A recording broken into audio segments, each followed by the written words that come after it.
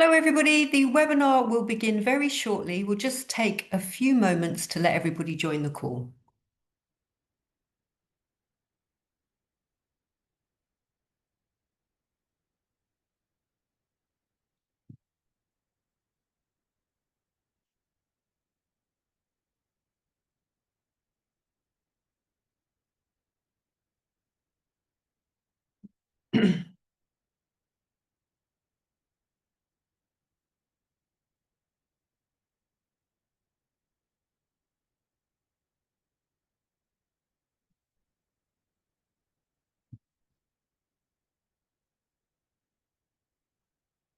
So, good afternoon from London, but I know we have people joining us from lots of different countries, so it might be good morning or even good evening where you're joining us from. And welcome to our webinar today, where we're going to be looking at how governments can make their spending more efficient, so making money go further. I'm Siobhan Benita. I'm a former UK senior civil servant, and I'm delighted to be chairing this webinar on behalf of Global Government Forum, which works with civil servants all around the world. And also, I'd like to thank our knowledge partner today, which is Visa. So, in terms of today's topic, we all know, I think, if we're working anywhere across the public sector, that public finances in most countries around the world are really under strain. At the same time, there's higher and higher demand for public services, and tax revenues are pretty constrained in various places. Governments facing growing pressure to maximise the efficiency then of public expenses and the way that they purchase, in a sense, being asked to do more with less. Developments in technology and payment systems are really opening up potential for public servants to introduce new efficiencies in spending and also to capture more timely and granular insights into spending to enable them to help manage those processes and their suppliers more effectively. So today we're going to be looking at things like how governments are digitising to make public spending more efficient, more effective and more transparent for their own staff, but also for suppliers. How they're improving their expense management systems across governments to help improve the services, again, for officials, but also to understand trends across purchasing and employee expenses. And then also looking at how the spending data can be used to drive greater efficiency across the public sector. We have two great expert speakers with us here today. In a moment, I'm going to introduce our two speakers, but we really do want this to be a two-way conversation. We want to have as much dialogue as possible. So at any point from now on, please message in any questions or any comments that you might have. On whichever device you're using, there should be on your screen a Q&A button. So you can use that Q&A button to message in your comments and questions. Please don't wait till the end.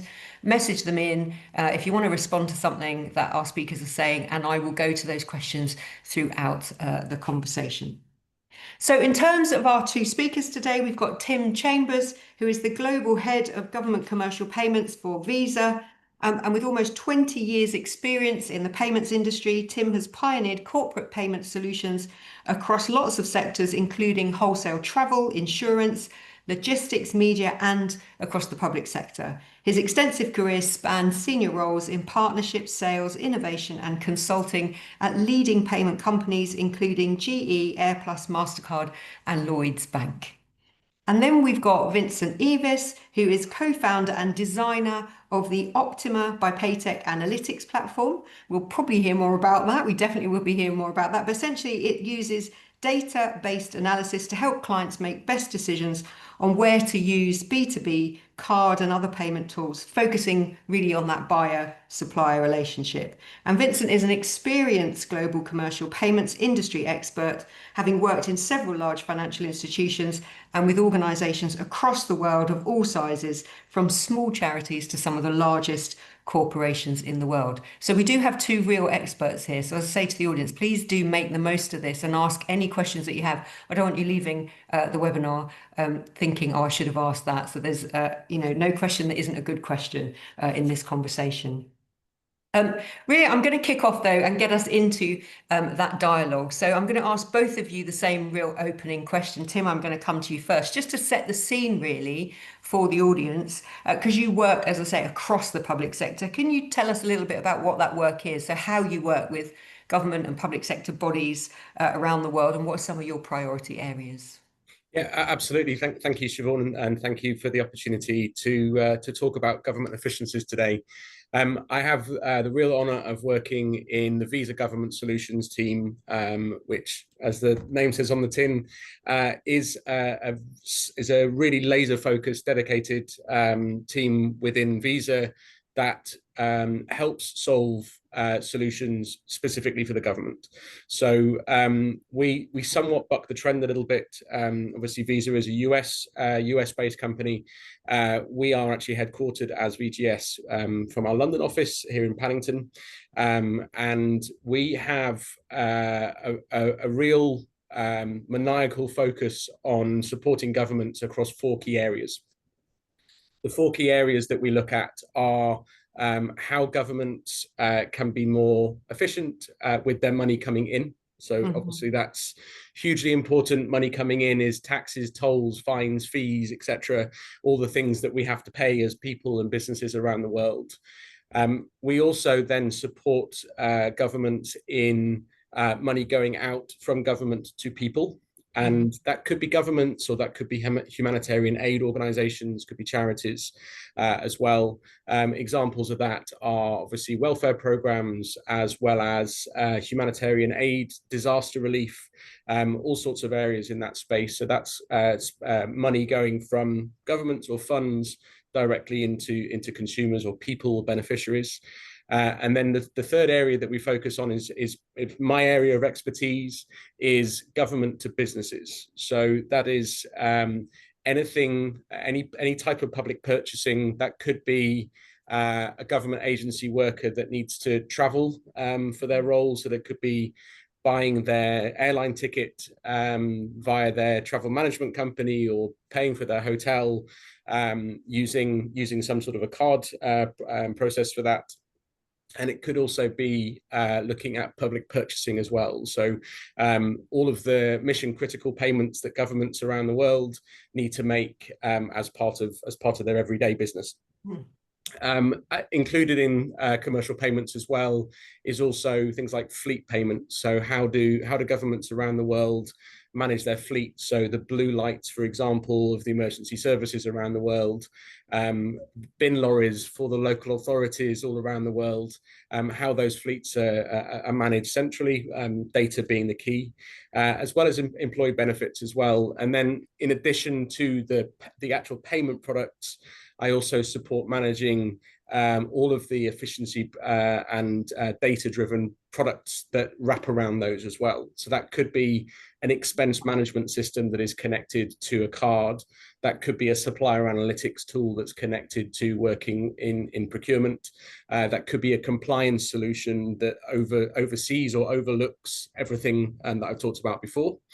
That's a bit of a longer introduction on my area. And then the final fourth area is data and advisory. So how do we use the very privileged place that we're in as Visa, with the huge network of global reach, using that data in a totally anonymized way to be able to look at trends. So looking at things like how can we help travel travel advisory boards, how can we look at tourism boards looking at their routes? So do they have, in a certain city, do they have people that come and stay from a certain country? How long do they stay for? What type of hotel do they stay in? What type of eateries do they go to? And being able to provide that sort of information is really key to making decisions. City planning as well as data and advisory projects around government digital transformation. So really wide reach that we have in the Visa Government Solutions team, and our focus on government is there, and we are now becoming the experts in the government space as well. So translating all of those things into the public sector. Tim, thanks so much. Really great to have that overview because I think a lot of people still don't realise the extent to which Visa works with the public sector and with Correct. governments around the world. And I think really good to have those four areas that you set out there. For today's conversation, I think we'll probably be focusing on that third area. So really very much around government to business, so government purchasing, procurement, those kind of areas. And also, I think people on the audience might be very interested as well in those, the kind of expenses side of things as well, and how you're working with government on expenses, so around travel, food, accommodation, those kind of issues as well. So that's the areas we're probably going to be focusing on most in the conversation today. Thanks, Tim. And then, Vincent, I'm going to come over to you now. The same question, if you can tell us a little bit how you work with governments. And am I right in thinking Tim mentioned there some of the kind of wraparound products that go with the work they do? So looking into kind of data and compliance and efficiencies, is that where you come in? Could you explain a little bit about how you fit in this picture? Yep, sure. Hi, Siobhan. Hi, everybody. Yeah, Vince, I'm based by the way, based on the Norfolk-Suffolk border in the UK, but Paytech is a Norwegian headquartered business, but we generally operate pretty much in most parts of the world. And really, we've worked with governments in Latin America, in Europe, in the Middle East, in Asia, etc. Really, what we're interested in is answering the question, what's the best way to work with a supplier that provides benefit for both the buyer and the supplier?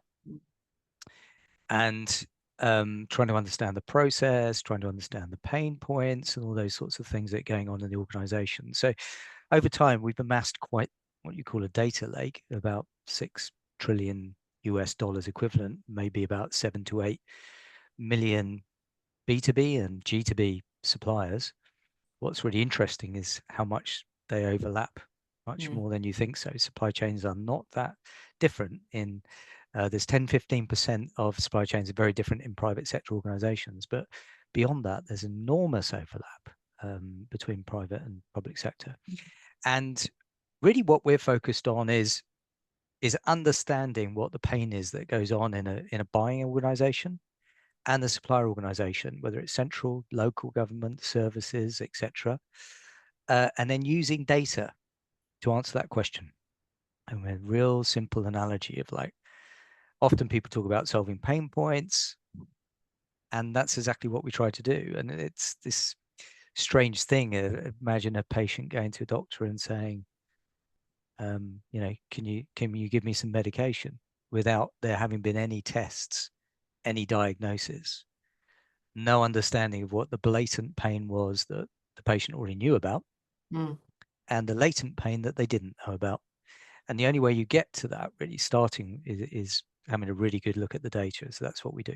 So then we also need to make sure it works for suppliers. So, you know, buyers have many different objectives: prompt payment, dealing with small businesses, managing risk with credit risk suppliers.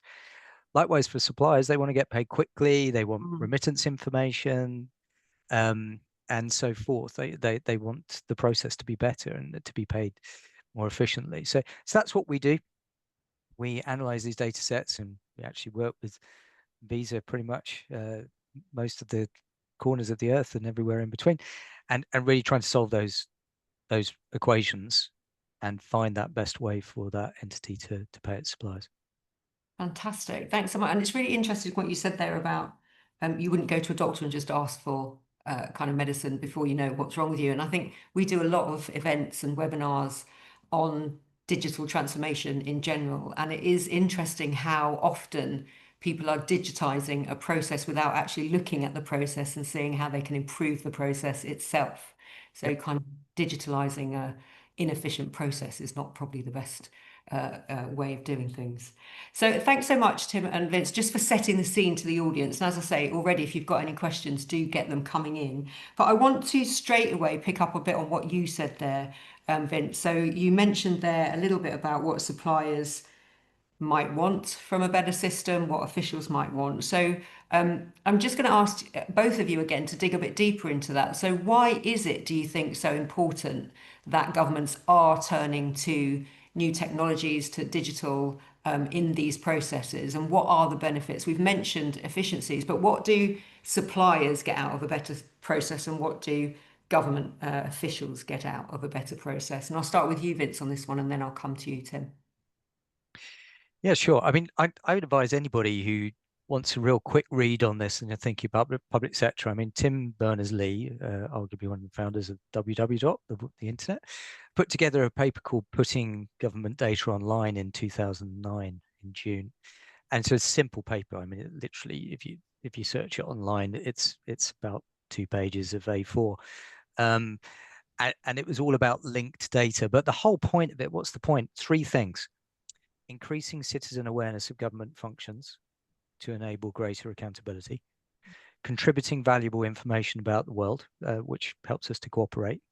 And then where most of what we focus on is in enabling the government, the country, and the world to function more efficiently. So rather than sort of be in a vacuum of, I work in this council, I am not interested in anything else, it's to benefit quickly from what might work well, because that council is likely to be dealing with the same suppliers as other councils, but certainly neighbouring ones might be dealing with.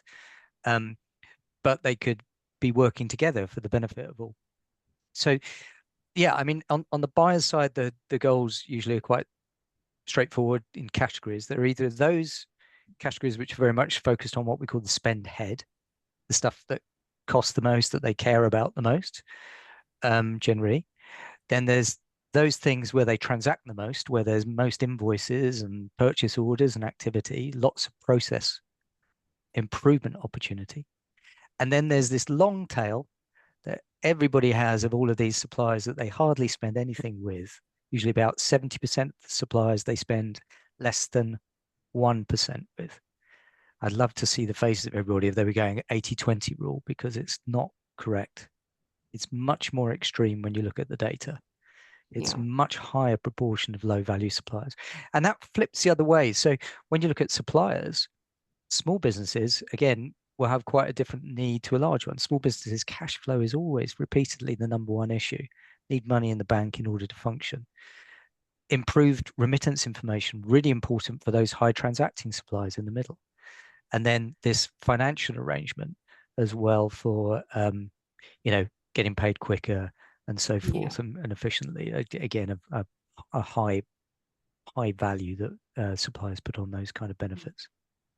Thanks. And in a minute, if people would find it helpful, we can probably show some of the stuff that you do and kind of show what you just said there represented. So I might come back to you in a minute. It's just to sure on that. But Tim, I want your thoughts on the kind of benefit. So everybody's talking about digital transformation. But what do you see? Because you do so much of this. Kind of what are the big benefits for, I guess, for the officials and for business in this case? Because we're not really talking about those payments to citizens, but for public servants and for the suppliers. Yeah, absolutely. And I think before going into the benefits, talking a little bit more about what's going on at the moment is really is I think important. And the world is changing at a rate of speed that I don't think anybody could really predict. I think even the greatest economists sitting down even 12 months ago probably couldn't predict what's then happened, and I don't think many people can predict what's going to be happening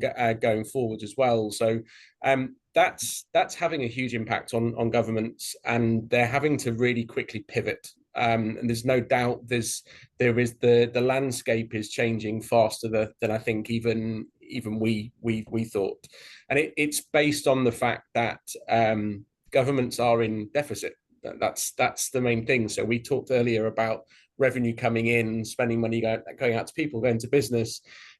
They're all very, very intertwined. And actually the fact that if we can then help influence, perhaps with digital transformation, the money coming in, it does start to oil the wheels a little bit more of what's available for the kind of points 2 and 3.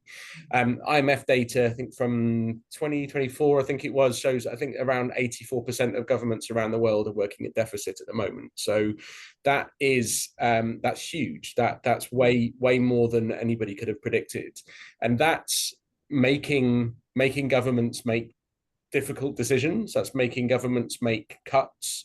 But actually, the cuts that are being made, I think there's a McKinsey paper on looking at those cuts that make instant change. Around 68% of those changes go back to the existing level within 3 years. Right. So it's a temporary cut. It's a quick dip. Let's do something urgently, and then it just goes back to the next levels. Whereas actually the real benefit of digital transformation, and this is where it comes across all areas of not only the government officials, citizens, suppliers, everybody, is if you look at digital transformation, yes, there are changes to make. You can't make an omelette without breaking eggs, but those changes are sustainable, and those changes are done in a way that they improve service quality, they improve that interaction, that trust of citizens or voters or however beneficiaries, however you want to describe people. And that's the trend that we're starting to see, is there is this notion of actually there is the egg that we didn't think we were going to have to break, but now the things have changed so much that it's almost being forced upon. And I think if we look at what that digital transformation equates to in this world of kind of sustainable efficiency, it's heavily around data. So it's looking at not only how do you get to that data, it's how do you use that data for greater good, and the data swapping almost, so data comparison across, whether it's a peer country, whether it's a peer council, whether it's a peer central government agency, learning from people is really important. Looking at things like process automation as well, so making it as easy as possible for a citizen to be able to pay tax, making it as easy as possible for a government agency worker, if they're traveling and they're traveling for a week, and then, I don't know, they've made, let's say 20-25 expenses on whether it's their corporate card or whether it's their own personal card or per diem, whatever it is, make it easy for them to reconcile that, make it easy for them to be able to process that. Looking at things like self-service analytics, obviously we're going to be coming a lot more into the whole world of Optima shortly as well. These are the sorts of themes that we're seeing in digital transformation, and it's all very symbiotic. It's not just focusing on saying let's make the lives easier of the government agency. And this is what's so great about government. You have so many different players, you have so much different things in the ecosystem. And obviously here in the UK, we work globally, but we're majority of us sitting here in the UK. Suppliers are benefiting from changes of government like the Procurement Act. So the Procurement Act has come in focusing on faster payment, and that's because the government realizes that if we nurture small businesses, if we make sure that they are not financially impinged and held to rights by their own government from the slow payment perspective, then it's this whole symbiosis. You allow an SMB to get paid quicker, they thrive, and they pay more taxes, and more money goes back up into the first bucket. So it's a very clever symbiotic system, but everything has to be oiled and work in the same way for it to work well. Thanks, Tim. I want to come back in a moment to the issue of corporate cards, and because you mentioned the kind of per diem, which I recognise from the past and things like that. So I want to come back to those issues. But Vince, I think this is a good moment, because Tim was saying there, changes, digitalising processes, the Procurement Act, are all hopefully going to help small, medium businesses, for example, in getting faster payments, in being able to access contracts, those kind of things. Are you able to show us a little bit of the type of analysis that you do? And does that also help with those kind of issues around SMBs, those kind of things that government are trying to improve? Yeah, we certainly do that. And I think what we also are able to get is sort of, we can see what percentage of, pretty much around in the UK, for example, 1 in 2 suppliers, regardless of whether it's central or local or government or health service, are small businesses. And then we can see around 10% of the spend is typically with credit risk businesses and so forth. So there's all sorts of ways we can look at this information. But let me just see if we can get the technology to work. So if I share my screen now, are you seeing the Yes, page? that's Yep. because I think it's helpful for people to actually see the type of analysis that we're talking about. Yeah, so this is a demo file. I mean, we have we have some really good real examples of UK government, but we don't want to compromise that on this call. So you're seeing a demo file, but it is based on a real entity. And what you can see here is this theory. And any of you who buy stuff on this call today, if you lined all your suppliers in spend order with your largest supplier here and your smallest supplier over here, you'd get some kind of what we call long tail. And this is what we call the spend head, body, and the tail. And then the green line represents the transactions basis. So that's where most of the POs, invoices, and payments are. And if you think about it, the accounts payable function doesn't care so much about the amount that's spent. It's about the number of invoices they have to manage or reconcile with and so forth.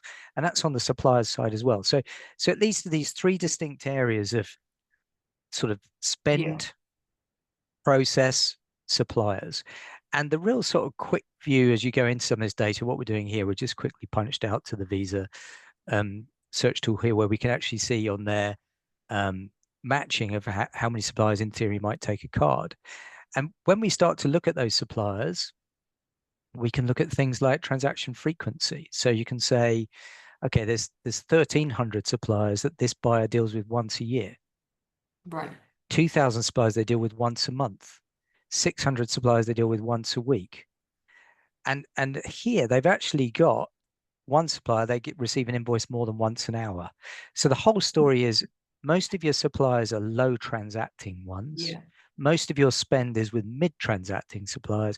And then you've really got this sort of monster transactions that you sort of get when you get up into these high categories.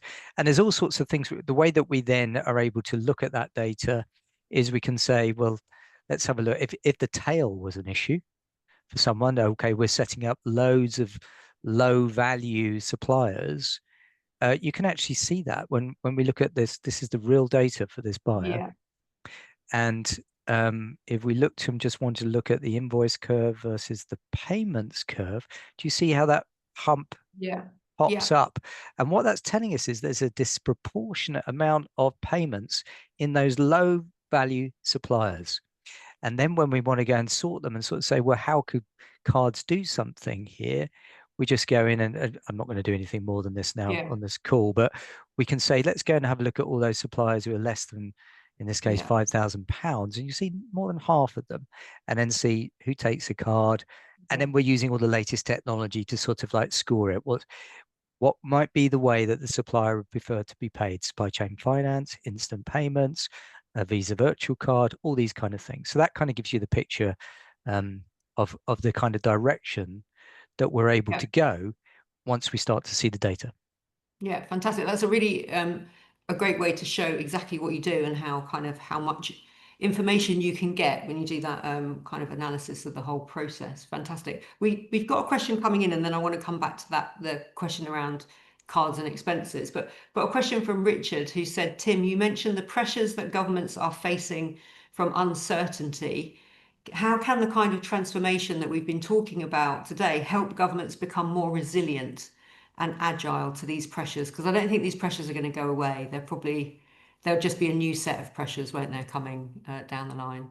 Yeah, absolutely. Unfortunately, I don't always have a crystal ball with those things, and technology companies are certainly well placed to be able to provide this sustainable efficiency. So it's resilience and looking at things like exactly the process that Vince just showed. If we start to influence change of policies and spend processes, then that's when we have a sustainable change, and that's where you become resilient. If you have I don't know, there have obviously been some changes recently in the UK government with some of the policies that isn't necessarily sustainable in the way that it's been issued. So looking at making sure that you're it's a really silly way of saying it, but having your ducks in a line and making sure that your processes are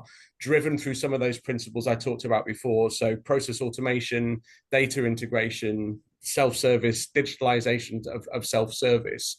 Then when those events do occur, you're doing it in a different place. You're standing in a different position in the process to be able to do it. I do think that there is a little bit too much, I guess, what's the best way of putting it? Reactiveness at the moment. I think by looking at the way that governments use ERP systems as an example, are they using those ERP systems to their full extent when it comes to payment? Possibly not, because ERP systems are all about that invoice process at the beginning, but they're not about the payment at the end. It's let's do all this fantastic work with OCR, bring an invoice in, read it, make sure that I can then match it to my PO, do all those fantastic things, but then at the end of that process it just drops a payment file to say now go into another system and another department and go and do this. It's about resilience comes from integrating the processes that are not together or not the same at the moment. That's where I think that this transformation can really support from that perspective. Thanks. And so building on that, and this was going back to my question, I mean, you've just mentioned there some of the inefficiencies in some of the traditional systems. Why do you think, and I'll ask you first, Tim, and then I'll come to you, Vince, but why do you think some governments or some parts of governments are reluctant to move to a more digital system? Is it because it makes the system more transparent? Are they worried about shining a light on, because, okay, let me put it very, there have been, for example, things in the press in certain countries about how expense cards are being used and what they're being used for. Do you think people are nervous about that type of thing? And, what do you see as kind of the pros and cons maybe of moving to those kind of systems? Yeah, of course. And yes, there is press out there, and it's the odd transaction, but out of however many hundreds of thousands of transactions that are happening, I think the problem isn't the card. The problem is perhaps the person that's trying to make a transaction, or perhaps the foundation that's not being created to ensure that governance is there. So card gives you something that you can't get if you're enabling somebody to receive cash into their account as part of a per diem, or if you're providing allowing somebody to pay for something on their own card and then claim back. There are so many pain points in those processes that perhaps aren't even thought about. Things like per diem is the notion of per diem. If you're giving somebody a cash advance or cash withdrawal, it's impossible to say that is going to be to the penny for what that trip is actually going to cost. So you could go to the left of the transaction, you could be way under, and you're then pretty much asking somebody to pay the difference.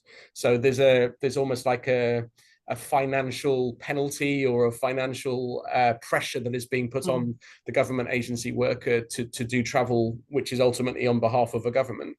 And then there's the other way. So the per diem could be too high, and that could be seen as wasteful spending. And then even to kind of blow the whole thing up in the middle of that is the whole notion of whose money is it with a per diem. Because I think I've spoken to lots of global government, lots of global government agency workers who say, well, that's the money comes into my account, so I can spend that exactly how I want. But that, if you really think about it, that could have significant impact if the spend, that money is being used for the wrong things, when it's ultimately public funds. That is not really something that is thought of a huge amount. So being able to have not only oversight, transparency, but also control over where governments and government workers are able to spend public money, because that's what this is. This is always public funds. That is hugely important. So having that control, visibility, transparency, compliance, all these kind of buzzwords, again, that is driving effectiveness, because it if you're using a card, I'll give you an example of somebody using a digitized process. So you can raise a virtual card. Virtual cards are, just for those that don't know, virtual cards are single-use cards that are created for one transaction. So I might be, I don't know, let's say I'm an intern at a business, and I need to go and buy something. I can be pushed a virtual card that's for £20. I can go and make that transaction. I know that that's controlled. The person that's raising it has said that card can only be used today. That card can only be used for £20 maximum, and you've got to be able to add some additional data to that as well. There's control. That's a really great example of this is what I'm asking you to buy. This is what you're allowed to buy. If you have something like that, and then let's say, for example, somebody's on a government trip, they go and they pay for their lunch and they pay for their dinner and their hotel. Everything's all within policy. They're all entitled to buy exactly what they've bought. But they take a photograph of their receipts. They then upload that receipt into an app that's on their phone. The app may well have some AI working behind the scenes to say, hey, you did a trip like this recently. This is how you coded that trip. Therefore, I've coded this in the same way. That means that government worker who's probably going to be tired from their trip, they can probably do their expenses in a matter of a minute or two, versus keeping their receipt somewhere in their bag, then having to probably put it into what is maybe an Excel file or an MS Forms file or something like that. Maybe losing one of their receipts and having to think about looking on their bank statement, all these different things. This is the inefficiency. This is where efficiency is so important, and it's almost like a soft efficiency. It's kind of like, we've always done this, so let's just continue to do this. So that's certainly where we stand from an efficiency perspective when it comes to travel.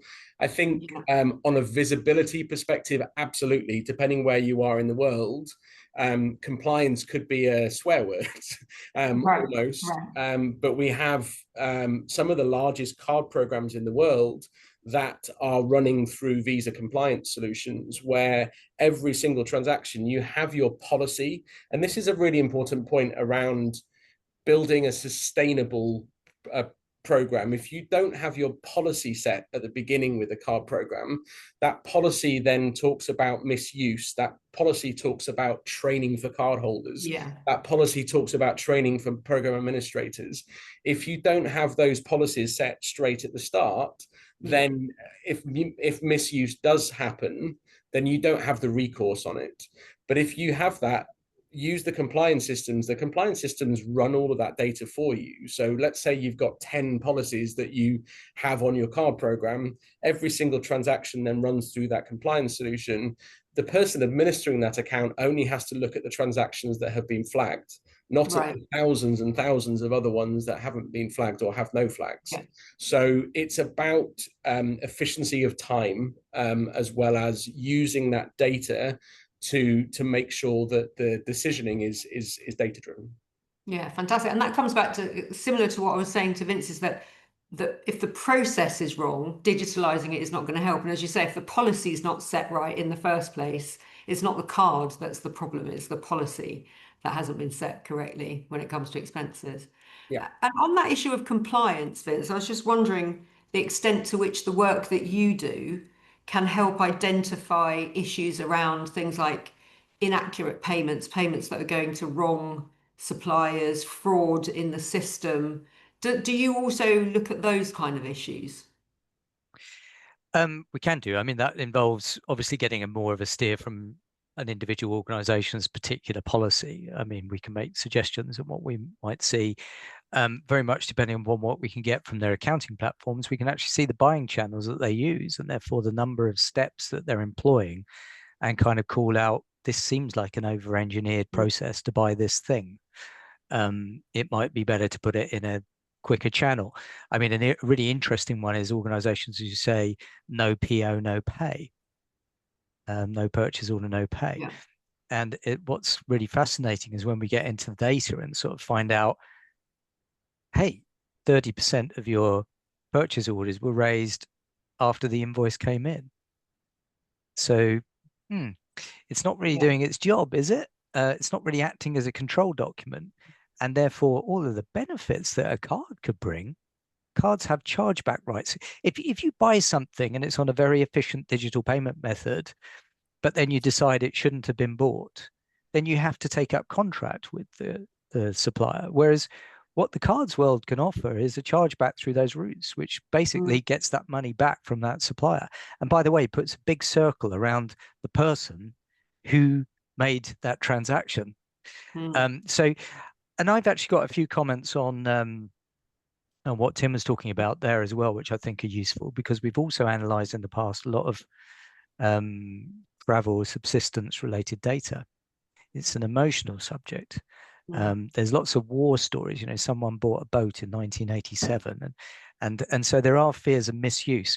But the problem for organizations is they work in a sample size of one and the media. So they only know their own war story and what the media, for example, chooses to put in that. So question, what percentage of transactions ever end up in misuse, where someone bought something they absolutely should not have done? That, you know, not necessarily a boat, but a TV or something like that. And it's right, yeah, it's actually something like 0.007%. So that's 0.00007 times however much spend or transactions you've got. So it's not very much. And cards make visible what other payment methods do not. So this is all about trying to get people to do what they're supposed to do and show them they're being watched. But that doesn't mean negative. If you're going to show them that actually you complied with policy, thank you, that has a strong effect. And what you certainly should not do is publicize norms of the minority actions that were negative, which is what the press like to talk about.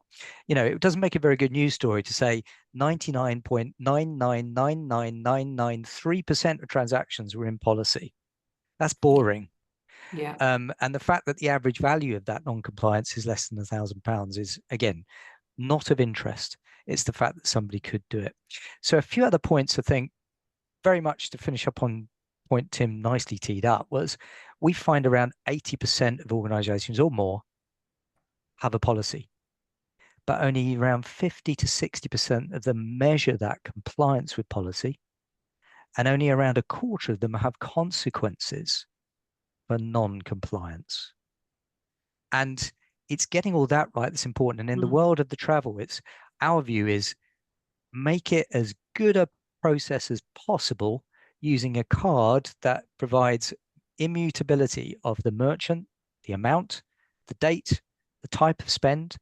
You can use virtual accounts, so there could be no physical card.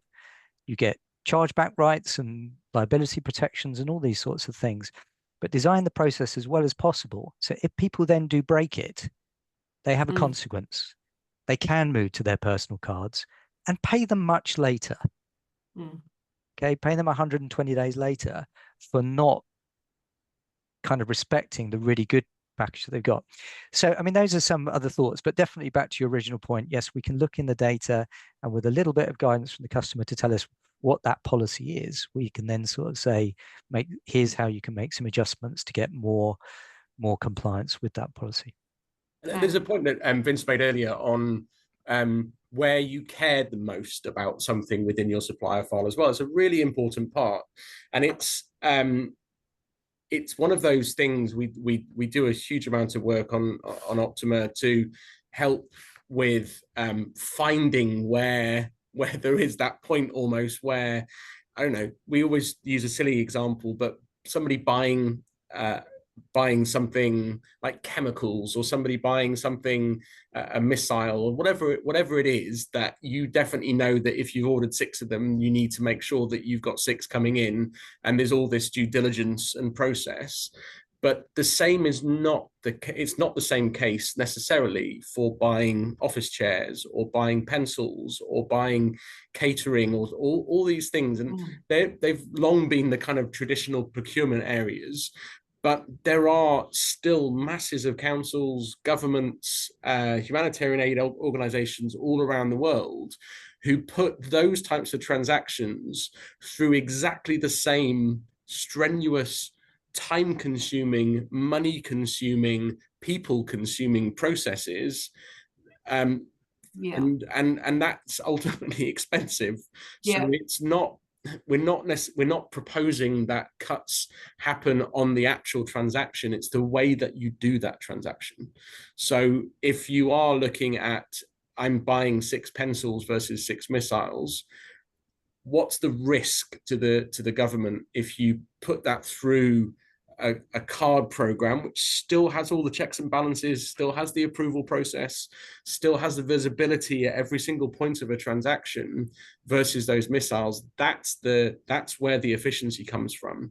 And there is a per invoice or per purchase order saving if you look at changing some of those processes. That's the really important piece to try and get across it. Yeah. And on that, so that brings me to my next question, really, which is you've both set out very nicely then the kind of digitalizing the process that leads to then this kind of virtuous circle of you get data, you generate data, which can then provide you with the insights into where there are issues in that process that you can improve, which can then lead on to changes in the process and better decision making. What are the trends that you're seeing? So how is that information being used where you have worked with bodies and they have implemented some of this? What's changing? So what are you seeing in terms of the benefits and how people are changing their processes? But also I'm interested in the extent to which, if at all, the public sector is sharing good practice and learning from each other. Ben, do you want to start from an Optimal perspective and I can add? Yeah, so I mean, I think I touched earlier on. I'm going to talk a little bit about UK government here because it has been quite pioneering in the sense of transparency data. So pretty much all central government agencies provide their data publicly. You can go to gov.uk and there are some intermediaries who make it much easier to absorb that data and information. But generally, if you're a central government agency, you're required to kind of give information on supplier spend greater than £25,000 per supplier. When you go to a council level, it reduces. It's about £500 they go down to. So there's very good visibility on what's going on. And that's enabled us to work with collectives and do meta-analysis. So there can be regional councils.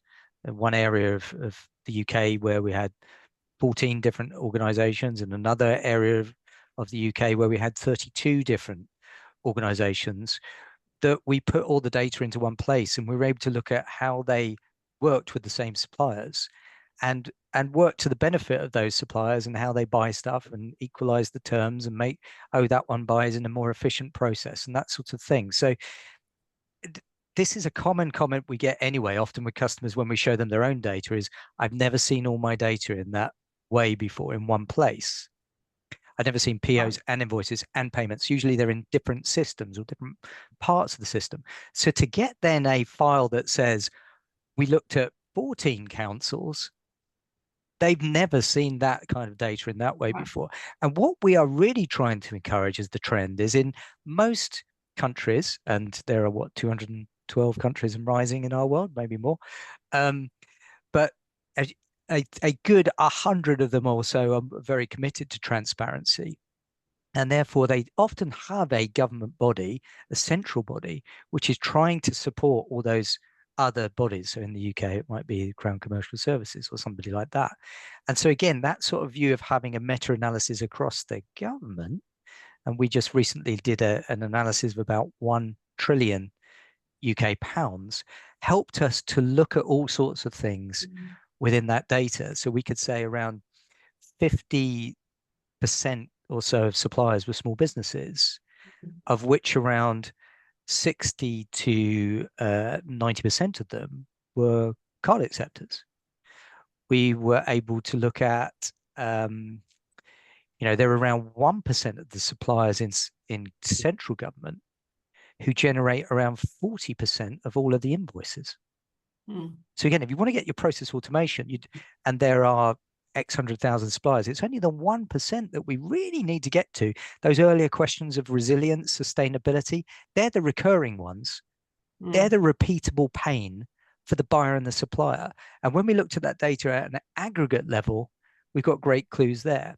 And finally, a big area we've looked at is virtual card payments. there's a lot of reaction to some extent on physical cards, and we actually think physical cards plays a great role. But virtual cards offer a different role, and that means there's no physical plastic. It's a push payment like an account, and we've identified around 30,000 suppliers across the UK that we think consistently turn up in almost every government's sort of file, AP file in one way or another, and work towards getting all of those on board. And there's a real efficiency for both the supplier and the buyers unanimously. So those are just some examples of how we try to sort of look at bigger and bigger data sets to find more targeted opportunities, what we call finding the signals in the noise. Thanks, Vince. Tim, your thoughts on this, kind of what's changing? How is this improving things? What are you seeing? I do think that the notion of deficit is forcing people to look into this a little bit more. There's always I guess the slight issue in times when backs against the wall as to whether the nut is big enough to crack and like the time is worth putting into this. I think this is where using data-led experience and learnings from other areas is the thing that is bringing into these types of conversations. Yes, there are changes that need to happen. So if you want to move from a traditional process to paying somebody on a card, whether that's with a physical card, virtual card, whether that's straight through processing, all of these wonderful technologies that we have in the space, there are small changes to make, but those changes are built. Again, it's coming back to this resilience and this sustainable change, sustainable effectiveness. This is not just a flash in the pan. Let's say go and pay this supplier with a card and do something different next month. These are digital first processes that are being learned, and we have learned from our most mature markets. We as VGS, as Visa Government Solutions, we are working with Optima across a handful of newer markets around the world, and it's interesting conversations to be had because some of these topics are new, but the fact that it's data led and we can go in. Vince talked about the data lake earlier. That is such a fantastic data lake that Optima have. We can go in almost with a view of, this is all of the data that's happened so far. It's all anonymized. There's no suppliers that are identified in it. But this is what an acceptance level looks like from a card perspective. Nobody's really done that sort of thing before from a B2B or a G2B perspective. So it's already giving us a really, really good starting point in these types of conversations. It gets people interested. And the moment you go into these demos and you show the platform and you show the art of the possible, then it just seems to get people's attention and get kind of discussions going. Vince and I worked on a council a little while ago, and they came to us with a problem to say, we don't know how to get this information from our system, and they gave a whole load of data, and the system was then able to find the answer. And it was where were payments being delayed within their system, and it's those sorts of things that it makes it really invaluable when it comes to being used as a starting point. Again, it comes back to this trust element as well. People start to trust the data as well. So yeah, it's a really interesting process to be going through, particularly now we're doing it around the world as well. Yeah, thanks. I'm going to come back to trust in a minute, but we've got another question in, which is, Vince, this was based on something you mentioned, the need to get individual users to adopt new systems around payment cards and the potential carrot and stick involved. Do you have any thoughts on what works best to bring individuals along on the transformation process? Oh, okay. Particularly on the, I mean, I think when you look at how many people buy stuff for a government, you have quite a few people who are out there sort of doing something on the travel subsistence basis, but generally low value. It's only 1-2% or less of that organization spend kind of maximum. And then you have a very small number of people generally buying things. The latter ones are often office-based, so what we call G2B sort of spend generally from the office is fairly well controlled, and there doesn't really seem to be an issue of this sort of trying to get people to do what you wouldn't even think about carrot and stick, Mm. because a lot of the tools that they use, you go onto like catalog systems and that's all you can buy, and you can only buy it at that price, etc., etc. But to the earlier point around trying to get people to be more compliant with their travel, that sort of thing, and that's where the question relates to. It's very much about making that process really good, Mm. so that when someone joins and they're told, one of the benefits you get is if you need to do some government business, you are going to get a card. And it's really important. It's really valuable. It's as valuable as more Mm. valuable than your laptop in many ways, because it's going to get you to get to the places you need to get. Mm. But we have designed the process that works really well, and it's centrally paid by the government organization, all the rest of it. You must submit your expenses. Use things like social norms. Yeah. 88, 90% of people in this government department submit their expenses on time. Do things like peer reviews. Set up your expense management so it doesn't just go through your manager to approve it. There's a certain order of transactions that go to people on the same pay grade. Mm. The name can easily be kind of obscured, if you like, but someone looks at it and says, okay, this is someone doing a similar job to me. Why haven't they got the receipt for the taxi that's £50 or Yeah. whatever it happens to be? And generally then have a default, which is good. And then if there's a compliance issue, then you really send them down that path. And if the alternative is people on their own cards, then make that painful, so that Yeah. there's an appreciation of what's going on here as a helpful tool to do my job. That if I couldn't on the second strike, third strike, then I'm going to have to submit my expenses on my own card and I get paid 120 days later. Someone argue with why you're not entitled to do that. Now, in some countries of the world, it's difficult to do that because you have workers' councils and unions and all these sorts of things as well. So I'm not giving a single route to this, but the general behavioral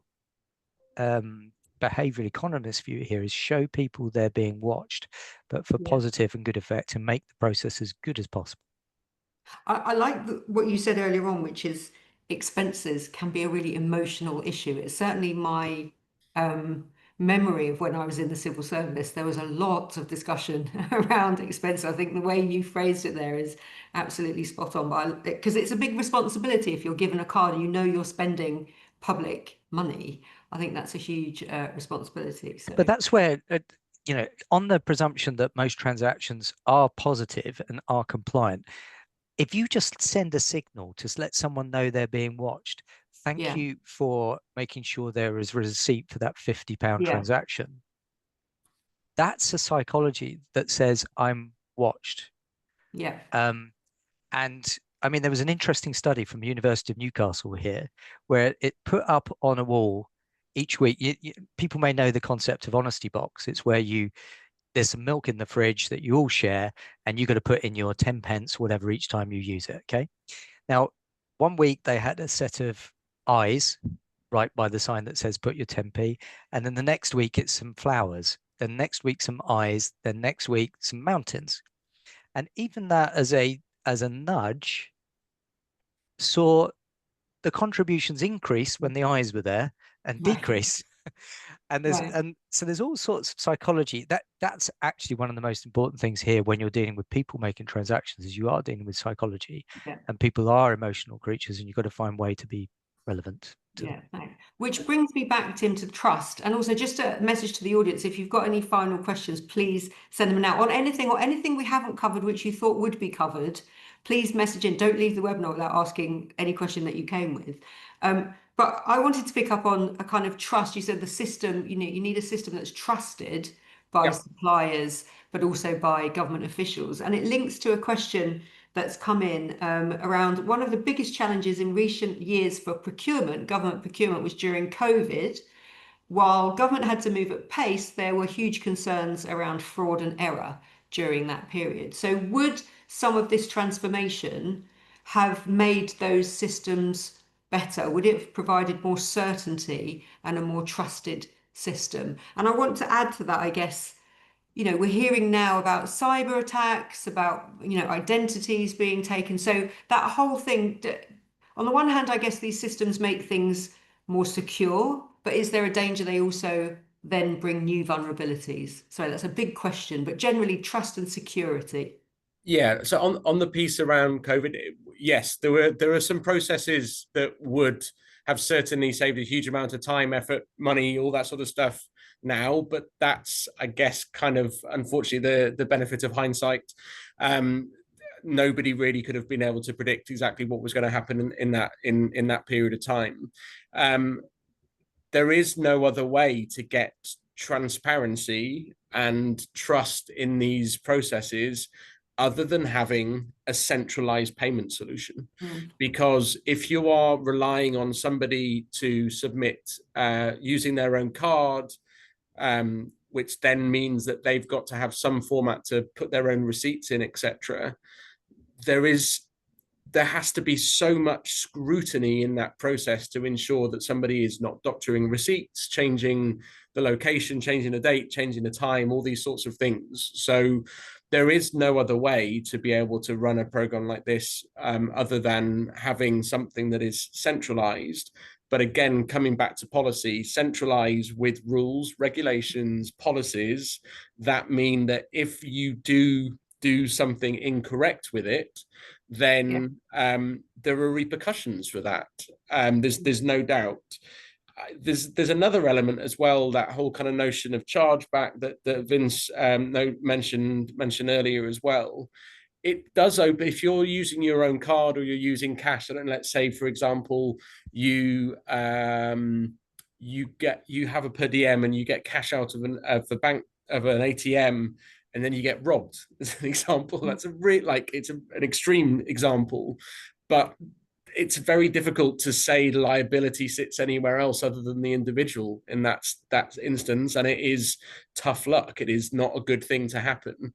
If you're using something that is corporate issued or government issued, in that instance, a card gets stolen, the banks that provide these solutions with the schemes, in conjunction with the schemes, they have processes and solutions for that type of thing. If you have a cyber attack on your own personal card, even though you're using it when you're on a government funded business trip, you're using your own personal card and your card gets defrauded, that's not public money that you can use to then get the money back. But you have insurances in place, you have all sorts of different things behind the scenes that's provided by those government focused issuing banks that bring you the trust. So it all comes from a centralized government issued card program. That's where this trust can be given.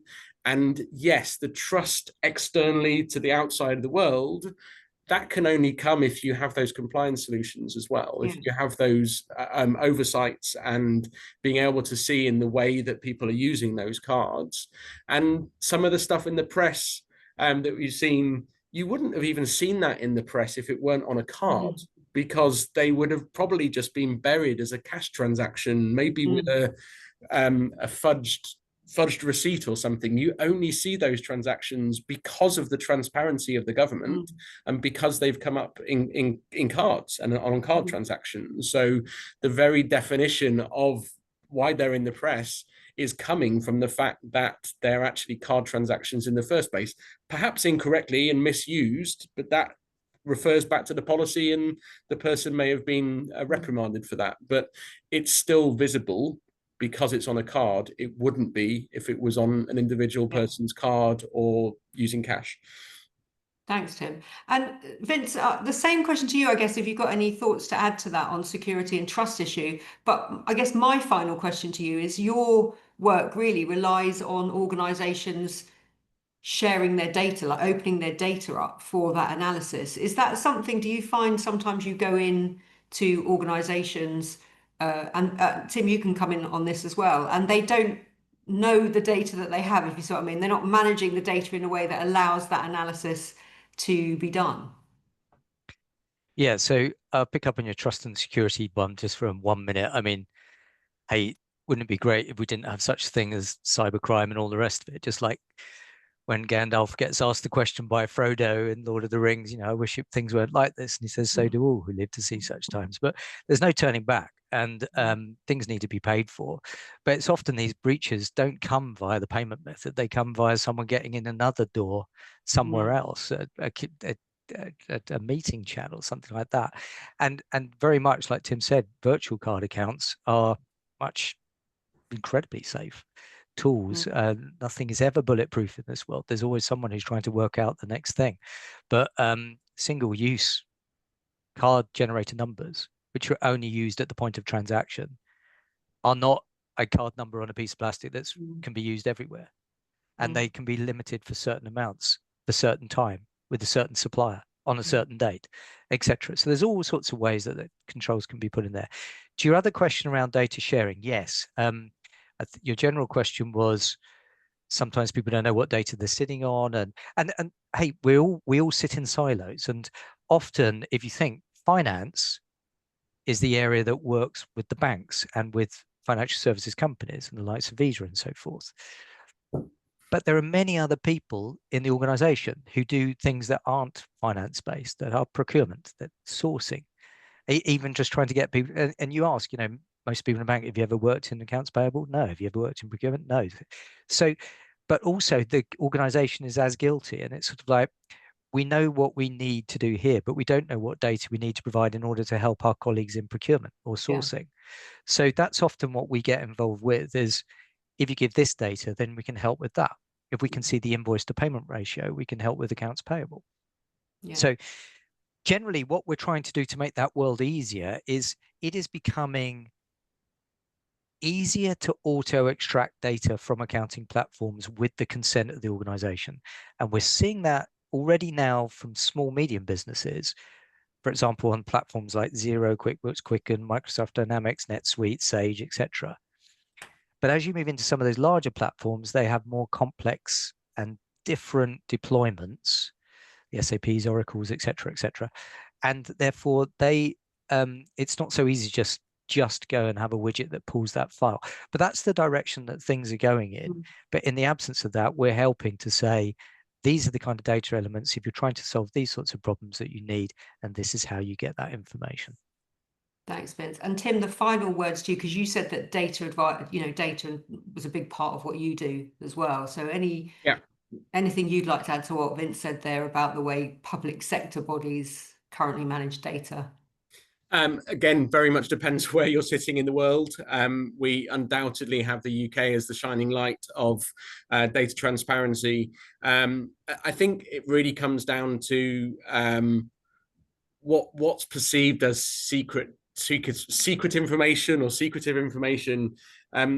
This is, if there's something that shouldn't be or wouldn't or couldn't be shared, you've got to question why that can't be shared, if I'm totally honest. So we do have these conversations regularly with governments, and we give the shining examples of the likes of the UK, where exactly these types of information, you can go on to gov.uk, you can see exactly which suppliers are being used. Yeah, some people might not want to put things like payment terms and things like that on, may feel a little bit more commercially sensitive, but that's fine. It's a starting point to get at least what the name of the suppliers are, where they're based, what sort of numbers of invoices and things like that. That's the starting point to be able to share this. We quite often find that if somebody does start with that level, maybe a lower amount of information, they see their information on the screen and say, oh, I really wish that I had a little bit more information in here. Something like, I don't know, 88%, has it been something like that of the buyers, whether it's public or private sector, they then go on to want to give more information. So it's a trust piece. It's definitely that bit's definitely trust based. Show me, like, it's almost like a gated process. Show me the benefit of this bit with a little bit of information and I'll give you some more. 9 times out of 10 we pass through that gate because it's so clearly aligned with what the governments are trying to achieve, and it helps them, it gives them a way in. There are even business case tools in the system as well to say, if you were to move these suppliers from your traditional process onto a card process, this would be the return on investment, or the return on like, what's the plus side, what's the upside for me. So that's what governments want to see these days, because they're all being asked to produce savings. Right from the core outwards.